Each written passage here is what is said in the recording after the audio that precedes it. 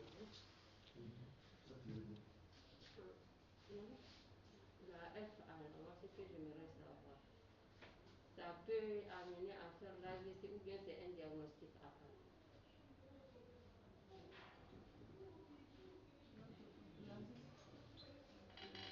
Merci chère pour cette présentation.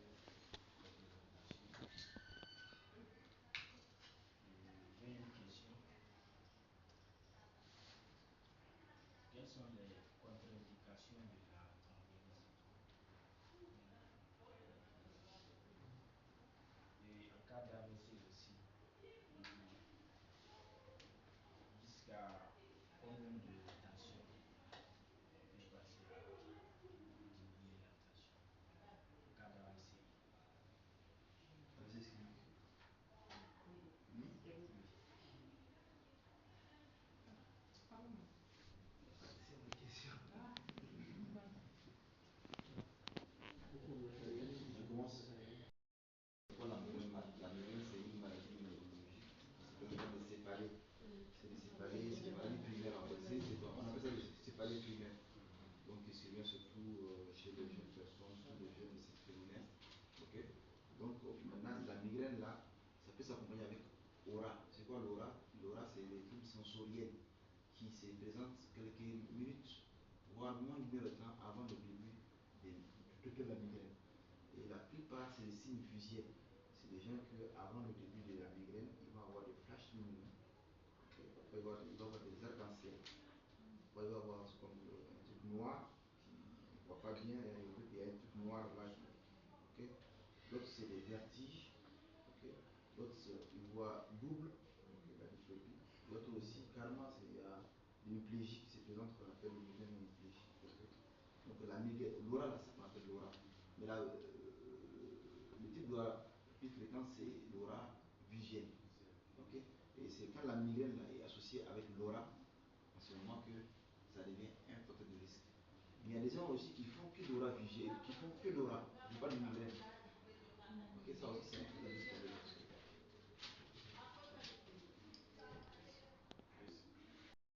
Vraiment énorme, il y a beaucoup de cas. D'abord, l'AVC hémorragique, c'est pas une indication. Secondo aussi, des AVC mineurs, il y a un AVC qui a un score de Micha 2, là aussi c'est à discuter. Il peut y avoir un AVC ischémique avec un score de Micha à 2, à ne pas thromboser, mais quand il a un thrombus, un caillot qui bouge, qu'on voit une occlusion proximale, là il faut thrombolyser. C'est au cas par cas. Des patients qui ont été opérés à un moins de 3 mois. Okay. 3 mois c'est ça. C'est une contre-indication. Les patients qui sont sous anticoagulants. Okay. Les patients qui saignent. Okay. Également aussi souvent quand la tension est très élevée, souvent jusqu'à 230, 240, c'est pas une condition absolue, mais il faut baisser cette tension et puis thromboliser. Okay. Également aussi des patients avec un score de Michigan à 24, 25 ou 30, c'est des AVC avec une grosse occlusion. On sait que la thrombose seule ne marche pas. Il faut faire la aussi avec la thrombectomie. C'est pas absolu, mais quand même, quand quelqu'un vient avec un score à 25, 30, à 25, c'est que souvent c'est une grosse artère qui occluse et que que la thrombose seulement, on sait que ça marche que dans 4 à 5% des cas. Tu peux tenter, mais quand même avec moins de chances que la personne récupère. Okay. Mais en tout cas, et puis aussi une thrombopénie sévère aussi souvent. C'est pour ça qu'on dit de faire une numération, TPTCA, INR avant, d'un plus 3 avant. Mais maintenant, on sait que s'il n'y a pas d'une notion de saignement récente et que le patient n'est pas sous anticoagulant et qu'il n'y a pas de contre-indication, en tout cas sur le plan de la chirurgie, on peut faire la thrombose, on reçoit la numération après. Voilà. Avant, on disait que l'AVC, quand ça dépasse 4h30, c'est une contre-indication. Maintenant, on sait qu'on fait jusqu'à 9h. Okay. Mais là, il faut avoir des scans magnésiens de perfusion. Okay. L'AVC du réveil, avant, c'était une contre-indication. Quelqu'un qui dort et puis se réveille avec un AVC. Avant, c'était une contre-indication de la thrombolyse. Maintenant, on sait que quand on fait une IRM avec séquence flair diffusion et que si la diffusion est positive et que la flair est négative, on peut thrombolyser. Donc pour moi, c'est au cas par cas. Mais il y a des conditions absolues, puis aussi il y a ce qui sont références. Maintenant, par rapport rapport au chiffre tensionnel, dans les AVC ischémiques, en fait, ça dépend. Si la personne a été canalisée, s'il a été thrombolisé ou thrombectomisé, à l'échelle tensionnelle, il faut qu'elle soit inférieure à, d'autres disent à 180. Il y a des études qui sont en cours, BP Target, eux ils disent qu'ils veulent baisser la tension jusqu'à 140 pour les patients qui ont eu la thrombectomie, bien la thrombolyse associée. Mais on sait que ça ne passe pas bon pour les patients. Donc, du coup, pour les patients thrombolisés, il faut être en tout cas moins de 180 pour pas aller jusqu'à 140, 130 dans les premières heures après la thrombolyse. Ok, sur une heure après, on peut faire baisser la dose aussi. Et pour les patients non thrombolisés, c'est 220 sur 120. Ok, tant que ça n'a pas atteint ça, on ne touche pas. Si ça atteint ces chiffres, on met plus serein 1 mg en plus seringue vitesse 1, voire vitesse 2, pour atteindre 220, 120, en tout cas pendant les 24 48 heures. Ok. Et si le patient continue à présenter des signes avant un AVC, malgré ces chiffres-là? J'ai pas compris. C'est déjà le scanner, non? Oui, il n'a pas encore le scanner. Il n'a pas encore dit. Si On connaît les conditions. si c'est ischémique, tu baisses, tu vas aggraver le patient. Parce que le patient va avoir peut-être une petite dysenterie avec une paralysie. Tu baisses la tension, il va devenir PJ. Puis après, on prend tu dois prendre ce risque-là. Okay. Voilà. Maintenant, quand tu as les scanners, tu sais que c'est une AVC ischémique, forcément, tu ne baisses pas. Mais quand c'est une hémorragie, il faut baisser de façon drastique. Il faut attendre 140, 90. Mais maintenant, quand il n'y a pas de scanner, il y a une étude qui est sortie la dernière fois par rapport aux gens de SAMU et puis où ils ont essayé de faire baisser la pression artérielle chez les patients que cet AVC et une tension très élevée, qui dans l'ambulance on fait baisser la tension. On a vu que vraiment il y a des cas de catastrophe, donc vraiment ce qui est conseillé c'est d'avoir d'abord l'imagerie avant de commencer à toucher la tension. Mais quand c'est à 220, plus de 220, en ce moment on peut chuter jusqu'à 200, 220, 120, ok, pour rester à ces alentours-là, 21 comme ça, à 111. Mais tant que tu n'as pas d'imagerie, en tout cas dans les premières heures, là, les 24 heures, tu n'as pas le droit de chuter la tension telle. Je ne sais pas si les autres collègues ont quelque chose à ajouter. Alors, le tout, c'est que il ne faut pas dire je ne baisse pas et puis tu vas dormir. Il faut qu'il laisse imager rapidement. Parce que c'est un AVC hémorragique, si tu n'as pas ça, tu ne peux pas savoir. Alors, un AVC hémorragique, il faut baisser rapidement. Donc, le tout, c'est qu'il vient en urgence. Le scanner, c'est urgent, quoi. Dans les 2 heures, tu dois avoir son scanner dès qu'il est là. Là, sinon, tu es embêté.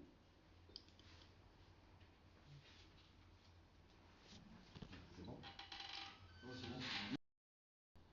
De la fibrillation auriculaire parce que c'est un diagnostic clé qui est à votre portée. Pas besoin d'être médecin qui diagnostiquer une néphrage.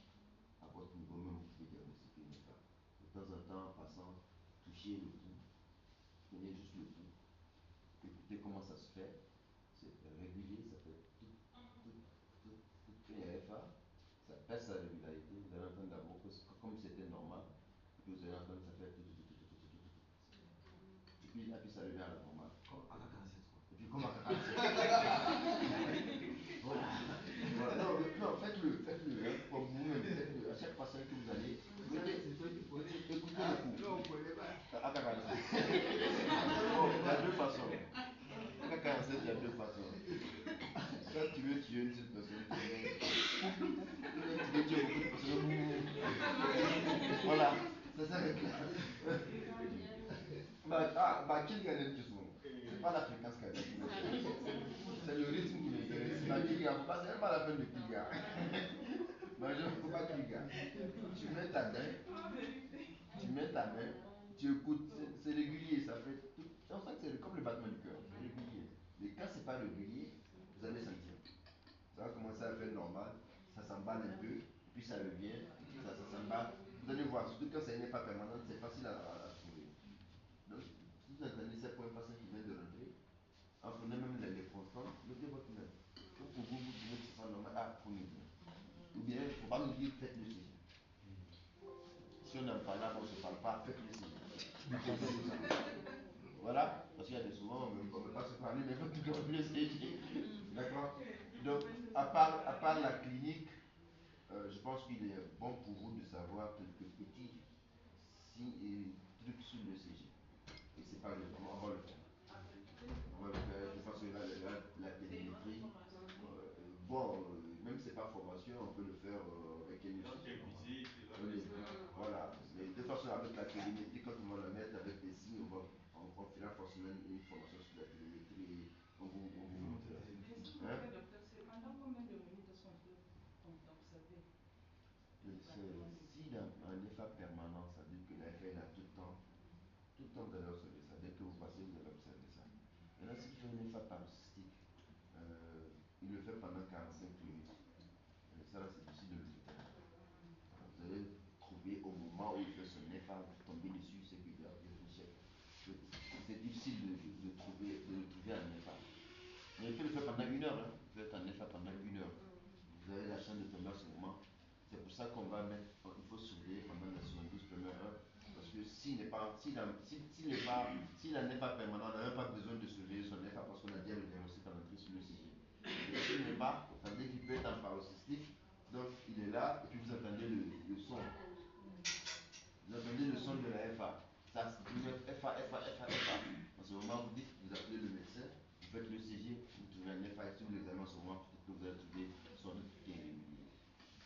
Voilà, donc pour le CG, je pense qu'on va la faire. Maintenant, pour répondre à la question de la FA, c'est la cause de l'AVC, c'est ça qui donne l'AVC.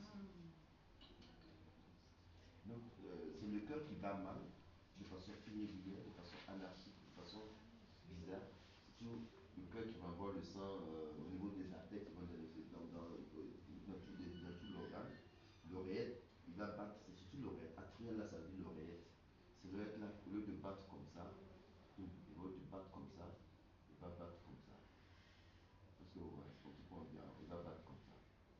Et ça va partir, mais comme il est fatigué, ça va créer, au lieu que ça soit, ça va créer des petits caillots. Ça ne sera pas lisse, le sang ne sera pas lisse. C'est comme vous battez. C'est la FA qui est là, vous n'avez pas fait l'ABC. C'est la FA. Donc les petits caillots là, en fonction de leur taille, les premiers vaisseaux qu'il va rencontrer, c'est des gros vaisseaux. Ça, c'est un boulevard. Même un gros camion fait rentrer dedans. Il va partir. En fait, il va partir dans la circulation sanguine. Jusqu'elle va trouver les vaisseaux, ils ont la même taille. Et quoi, il va passer. Ça va coincer. Et si c'est dans le vaisseau qui va dans le cerveau, il va trouver son vaisseau. En ce moment, il va boucher le cerveau et le sang ne passera plus. À ce moment, il fait son AVC. Le diagnostic, c'est la FA. Alors, il y a beaucoup de diagnostics. Il y a aussi le cholestérol qui peut boucher les artères. Ça, c'est pas la FA. Ça, c'est la thyroïde. D'accord. Ou bien, ça peut être le sang qui est tellement coagulé que de temps en temps, il bouche un vaisseau. Ça, c'est les causes hématologiques. Ça, c'est pour les BS. Ou bien, c'est les valves qui sont malades, qui vont aussi créer des emboles. Ou bien, il y a beaucoup de choses. Donc, mais le alpha, ça, c'est le cœur qui bat mal. Souvent, ça bat mal, on ne sait même pas. On ne sait pas. C'est pour ça que c'est découvert de façon fortuite. C'est-à-dire souvent, on ne sait même pas. C'est après une complication qu'on découvre l'AFA. La complication la plus fréquente qu'on découvre, c'est l'ABC, ou bien chez les cardiologues, l'infarctus myocardique, parce que l'embole peut aller tellement petit pour aller boucher les coronaires. Ça crée un infarctus du myocarde, et l'infarctus du myocarde qui lui-même continue à créer d'autres FA aussi. Parce que, donc c'est un diagnostic. Parmi les causes cardiaques, la FA fait partie des causes les plus fréquentes d'ABC.